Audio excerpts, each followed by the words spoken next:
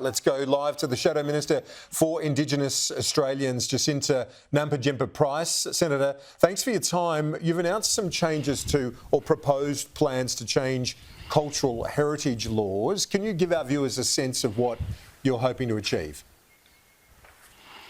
Yeah, thanks, Kieran. It's wonderful to be here in the seat of Mallee with my colleague Anne Webster at beautiful Mount Arapiles behind us. And basically what our proposed changes would be to introduce a national interest test in terms of cultural heritage. Because what we've seen is Plibersek and Labor basically go ahead and destroy the opportunity for projects in our country, but also seeing access to our natural environment being closed off, and it's quite detrimental, as I've heard from climbers here in the community. It's very heartbreaking. So aside from a national interest test, we want to ensure that we're not dealing, well, that we will deal with frivolous and vexatious claims in a way that we will apply penalties for those, because what we've seen in the Northern Territory especially, and not just in Blaney, the Blaney Gold Mine, but in the Northern Territory, we've seen the Environmental Defenders Office exploit traditional owners and Aboriginal people by manufacturing dreaming stories. So this is the ultimate disrespect of Aboriginal culture from those on the left who claim that they actually care for Aboriginal cultural heritage. So we want to do that. We want to make sure that we are cutting regulation. So we will introduce caps for fees and for the processing times when it comes to applying for the cultural heritage applications, but also to ensure we've got a repository so that when we've established these significant places around our country, that we've got a register that we can go back to, and we're not we're not making people go through the process over and over and over again. How do you get the balance right? Because the last thing you want is, say, ancient rock art like the Juukan Gorge, for example, that scenario that we saw with Rio Tinto a few years back now. But how do you get the balance right so you avoid a situation like that? Yeah, look, absolutely. We want to be able to create a subcommittee within Cabinet as well. So the relevant ministers will sit in that subcommittee to look at these applications, look at the projects very closely to ensure that we don't create another mistake like what occurred in terms of Juukan Gorge.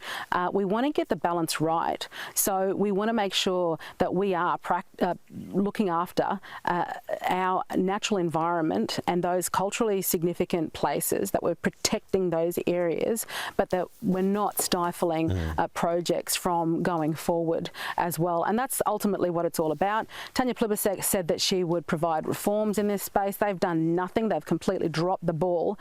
Instead, they've listened to fringe groups to stop projects from going forward. And when that happens, whole communities miss out, including those Indigenous members of the communities that want projects to move ahead. So we just want to make sure we've got a balance right across the board. We want to encourage states and territories, and we will work closely with them to adopt this sort of approach, which is common sense, which is about making sure that we provide opportunity for Australians and that we consider the impacts to Australians in the wider context. And, speaking to the rock climbers here also, is there's such a deep want to understand our cultural heritage, in the Indigenous cultural heritage, which I think speaks to what it means to be proud to be Australian. We want to teach our kids, this belongs to you too. This country is your country. This is what is rich about who we are, and to protect that and to share that.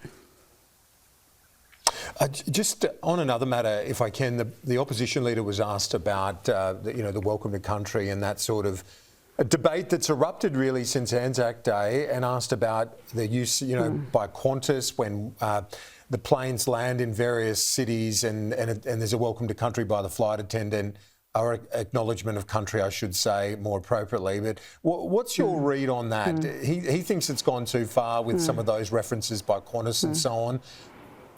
What's your overall assessment of where and when acknowledgement and welcome to Sure. countries should be delivered? Well, I guess my position has always been that we have absolutely overdone welcome to country and acknowledgement of country, especially when they become politicised sort of statements that are divisive as opposed to, feeling like it is a welcome. And I absolutely agree with Peter Dutton that it's overdone. Maintain it for significant events, as he suggested, for the opening of Parliament and things like that. And if we have foreign dignitaries, that would seem, when I think, more appropriate if we have foreign dignitaries who are coming to the country to provide those opportunities then. But, speaking to the everyday Australian, Indigenous and non-Indigenous, I mean, there are those that shut off every time the plane lands. I know I keep my headphones in because, this is Australia. We all belong to this country. I was brought up to love my mixed heritage as both Indigenous and non-Indigenous, but Australian first, and a real sense of belonging to this country because of that. And we've got to do more in that space as opposed to dividing our country.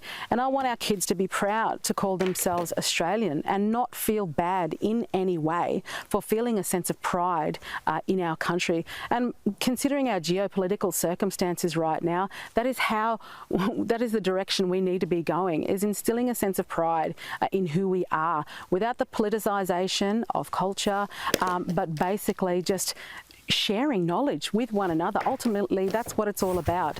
But we haven't seen that. We've seen a lot of politicization, and I think that is what Australians are really over. Senator Nampijinpa Price, thank you. Appreciate it. We'll talk to you soon.